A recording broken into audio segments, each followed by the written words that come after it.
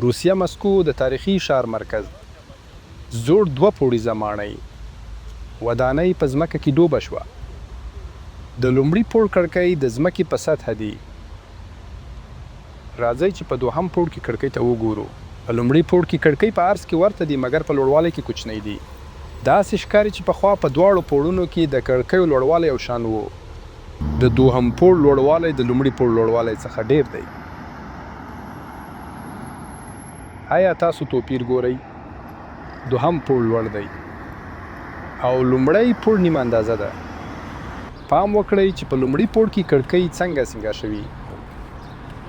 راځئ چې د انګړ څخه ودانۍ ته وګورو.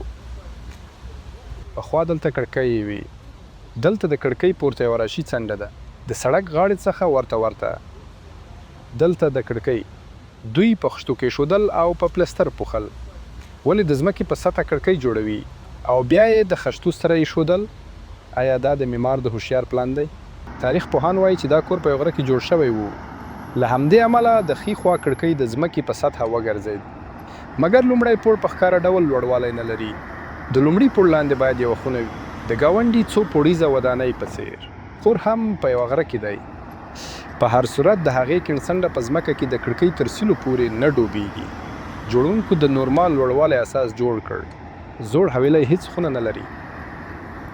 تاریخ پوهان وایي چې دا کور په ډیرو کلونو کې د خپل وزن لاندې په ځمکه کې ډوب شو.